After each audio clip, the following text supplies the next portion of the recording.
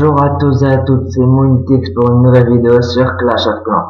Donc aujourd'hui je vais vous présenter un tout premier épisode. Cet épisode s'appellera Essai de toutes les techniques d'attaque. Donc en passant je vous présente mon petit village d'HDV8. Le voilà, d'HDV8, je suis assez content. Donc maintenant je vais vous montrer des gameplays. Alors tout en vous expliquant la technique des cochons. Et oui, pour ce premier épisode je vais vous expliquer la technique des cochons. Alors, toute premièrement, il faut bien choisir les bases. Je m'explique. Donc pour bien choisir les bases, il faut trouver des tours de sorcier en bas level, c'est-à-dire le niveau 5 maximum pour les cochons niveau 1 et 2. Ensuite, il faut trouver des arcs X en mode seul R, car car il y a moins de portée.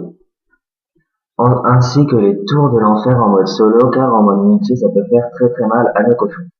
Donc on va répondre à la question comment bien attaquer en 5 étapes. La première étape c'est de vider le château de clan avec soit un cochon ou une archer. Ensuite, la deuxième étape c'est de détruire les troupes ennemies. Donc comment les détruire? Il faut les attirer dans un coin, les détruire avec des archers, excusez-moi, plus les héros. Et il faut faire très attention à ne pas laisser la moindre troupe ennemie sur le champ de bataille. Ensuite, la troisième étape, c'est d'envoyer les troupes. Donc, envoyer les cochons. Vous avez deux choix. Le premier choix est d'envoyer sur deux côtés, donc deux flancs. C'est moins vulnérable aux bombes géantes. Ou alors, le deuxième choix, c'est de tous les envoyer en même temps. C'est plus facile à gérer.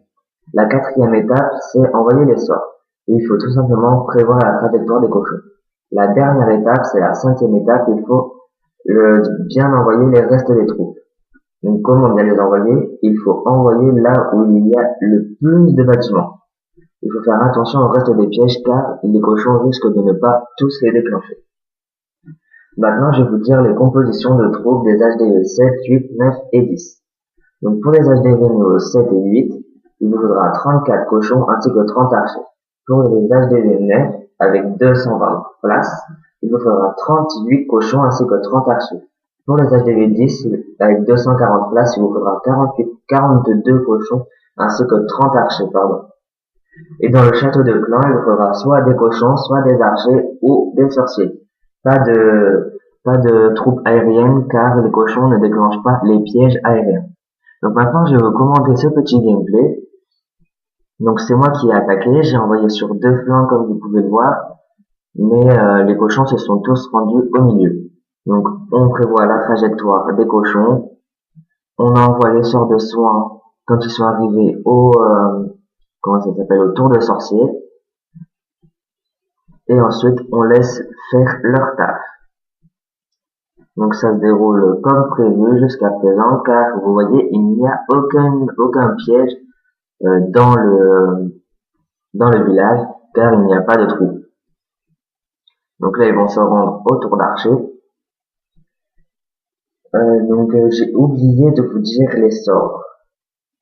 Alors les sorts pour les HDV 8, il vous faudra donc soit 3 sorts de soin, soit 2 sorts de soin et un sort de rage.